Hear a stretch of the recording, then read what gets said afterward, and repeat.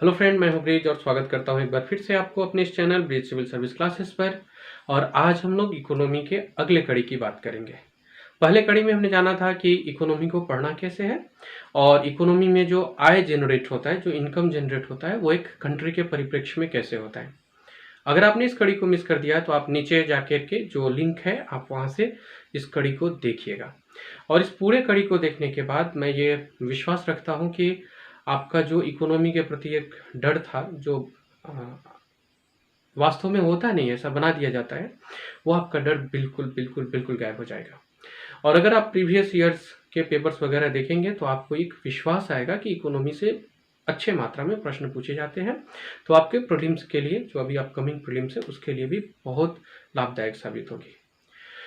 Friends, मैं ये economy का जो सीरीज चला रहा हूँ, इसमें मैं एक अलग एक पद्धति का प्रयोग कर रहा हूँ, जिस पद्धति से मैंने पढ़ा या मैं पढ़ाता हूँ और उसका लाभ मैं अपने क्लास में बच्चों के साथ उस लाभ को देख पाता हूँ।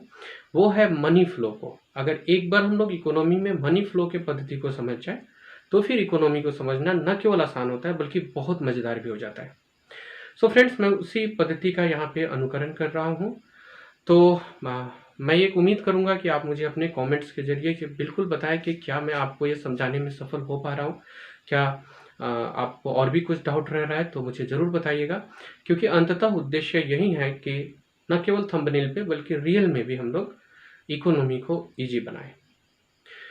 तो अब आज के टॉपिक पे बात करते हैं फ्रेंड्स। कल हम लोगों ने कहानी छोड़ा था इनकम जनरेशन तक आकर के। जीडीपी, एनडीपी, एनएनपी, जीएनपी, ये जो 4 मेथड थे, इसके जरिए हम लोगों ने देखा था कि भारत का जो राष्ट्रीय आय है वो जनरेट कैसे होता है या कैलकुलेट कैसे होता है। अब फ्रेंड हम लोग जानेंगे कि अब वो जो आय हो गया, अब वहां से इकोनॉमी कैसे रन करती है। ये जो आय होता है फ्रेंड्स, ये जो मौद्रिक मूल्य हमें मिलता है, ये आय ही हमें शक्ति देता है क्रय करने का। अभी जब ये बात आती है कि आय शक्ति देती है क्रय करने का, तो एक बड़ा इंटरेस्टिंग सा प्रश्न आ जाता है कि फिर हम लोग ऐसा क्यों नहीं करते कि हम लोग जो मौद्रिक है, जो मुद्रा है, उसको हम लोग इतना ज़्यादा प्रिंटिंग कर ले। वो तो सरकार कर सकती है, तो बहुत सारा प्रिंटिंग करके ही हमें दे दे। फिर नरेंद्र मोदी जी को या हमारे वित्त मंत्रालय को क्या ज़रूरत है इतना ज़्यादा मेहनत करने का। वो बस प्रिंटिंग करके हम लोगों को बांट दे तो हम लोग के पास पैसा ही पैसा हो जाए। ऐसा प्रश्न ना बचपन में मेरे भी मन में आया करता था, और बचपन क्या मतलब बहुत समय तक ये आता था। और ये हम सभी के मन में ही इकोनॉमी के दौरान एक बार ये प्रश्न गुजरता है। फ्रेंड, मैं कोशिश करता हूँ इसको एक छोटा सा उदाहरण से समझाने का, और अगर आप ध्यान से सुने तो आप बिल्कुल इसे समझ जाएंगे। मान लीजिए दोस्त कि आपका घर इंडिया है और इसमें आपने फॉर एग्जाम्पल आप खेती करते हैं और आपका भाई कोई एक फैक्ट्रीज लगाता है। खेती से आपने 10 केजी आलू उपजाया और आपके भाई ने अपने फैक्ट्री से 10 कलम बनाए। वो 10 कलम का वर्तमान जो मूल्य है वो 100 रुपया है। 10 केजी आलू का भी मैंने 100 रुपया पकड़ा, यानी कि ओवरऑल 200 रुपये का आपने प्रोडक्शन किया। अब फ्रेंड्स, अगर इसको एक कंट्री के परिप्रेक्ष्य में देखा जाए तो मान लीजिए भारत 200 रुपये का प्रोडक्शन किया और भारत अनलिमिटेड पैसे छाप दिया। उदाहरण के लिए इतना पैसा छाप के सभी को बांट दिया कि हम सभी के पास 10-10 हजार रुपया है। अब जब हम लोग उस पेन को खरीदने के लिए जाएंगे, क्या आप मुझे 10 रुपया में देंगे?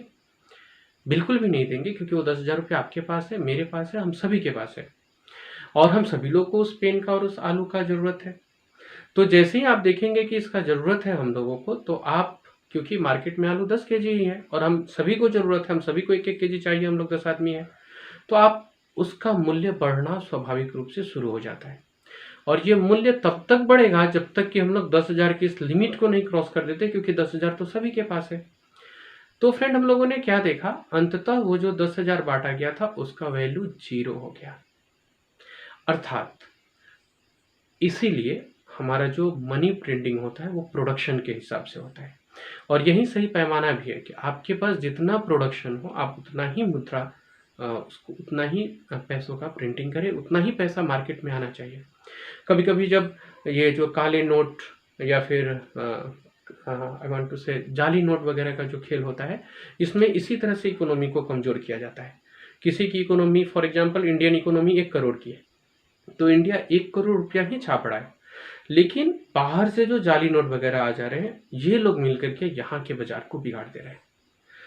तो फ्रेंड, आप लोगों ने ये समझ लिया होगा कि मनी प्रिंटिंग या पैसों का अवेलेबल होना उतना ही होना चाहिए जितना प्रोडक्शन हो हमारे पास, जितना वस्तु हमारे पास क्रय करने के लिए हो, उसके लागत के बराबर ही। अन्यथा अगर पैसों की अधिकता होगी तो उस वस्तु का लागत और वो पैसा का वैल्यू मिलकर के अंततः वही हो जाएगा, और नहीं तो आपको प्रिंटिंग का जो कॉस्ट है वो आपको एक्स्ट्रा नुकसान ही पहुंचाएगा। अब फ्रेंड बात करते हैं इसके दूसरे टॉपिक। फ्रेंड अब बात करते हैं दूसरे टॉपिक पे। अब इसी परिस्थिति को हम लोग थोड़ा आगे ले जाते हैं। मान लीजिए कि जो हमारा प्रोडक्शन है वो 1000 रुपीज का है और किसी भी कारण से मार्केट में 5000 रुपया घूम रहा है। तो जैसे ही मार्केट में 5000 रुपया आया और आपके पास प्रोडक्शन की वस्तु 1000 रुपये की है, तो अब पिछले उदाहरण से आप समझ गए हैं, अब ये जो मार्केट में 5000 रुपया घूम रहा है, ये इसका जो वैल्यू हुआ वो इक्वल टू 1000 रुपीज ही हुआ, क्योंकि आप उस 5000 रुपये से तो वही खरीद पाएंगे जो मार्केट में प्रोडक्शन के जरिए अवेलेबल है।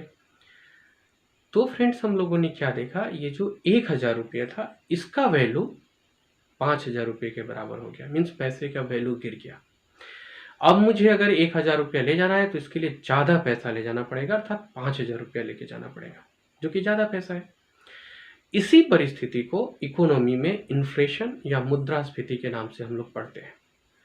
किसी भी कारण से जब वस्तु का मूल्य पहले से अधिक बढ़ जाता है, किसी वस्तु के लिए पहले से अधिक पैसा पेमेंट करना पड़ता है, वही परिस्थिति मुद्रास्फीति कहलाती है। अगर आप प्रीवियस ईयर्स के क्वेश्चंस देखें तो आपको लगातार मुद्रास्फीति से क्वेश्चंस दिखेंगे। मुद्रास्फीति का तो ये आपने एक वजह समझा कि मुद्रास्फीति होता क्या है।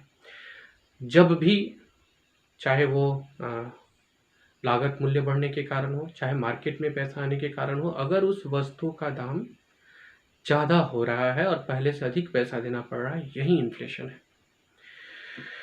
फ्रेंड्स, अब जब इन्फ्लेशन आती है पैसे का वैल्यू तेजी से गिरता है, अर्थात मुद्रास्फीति आएगी तो पैसे का वैल्यू तेजी से गिरेगा। लेकिन मुद्रास्फीति आने के साथ साथ ना कुछ और चीज़ें भी लेकर के आती है। जैसे इन्फ्लेशन के अगर प्रभाव को देखा जाए तो ऐसा कहा जाता है कि इससे रोजगार में वृद्धि होती है, लेकिन आगे चल के कई अर्थशास्त्रियों ने यह साबित किया कि ऐसा नहीं है। ये इनिशियली होता है लेकिन बाद में ऐसा नहीं होता। और भी बहुत सारे इफेक्ट होते हैं इन्फ्लेशन के। क्या आप जानते हैं इन्फ्लेशन का सबसे अच्छा प्रभाव पड़ता है उस समय जो ऋणी है, अर्थात जो लोन लिया है उस पर, अगर वो चुकता करता है। इसी तरह के कुछ और इंटरेस्टिंग चीज़ के साथ कल के टॉपिक में मिलते हैं, और कल टॉपिक होगा इन्फ्लेशन का प्रभाव क्या होता है और इन्फ्लेशन को कैसे कंट्रोल किया जाता है। मुद्रास्फीति से जुड़े अगर कोई भी प्रश्न हो तो आप मुझे कमेंट्स में ज़रूर बताएं, मैं कल उसको लेकर के यहाँ चर्चा करूँगा। मेरे इस प्रयास को आप अगर प्रोत्साहित करें तो मुझे बहुत अच्छा लगेगा, क्योंकि ये एक यूनिक टाइप का प्रयास है जो मैं अपनी तरफ से कर रहा हूँ। होपफुली ये आपके लिए मददगार साबित होगा। आज के लिए इतना ही, मिलते हैं फिर कल नेक्स्ट इस कड़ी में। Thank you.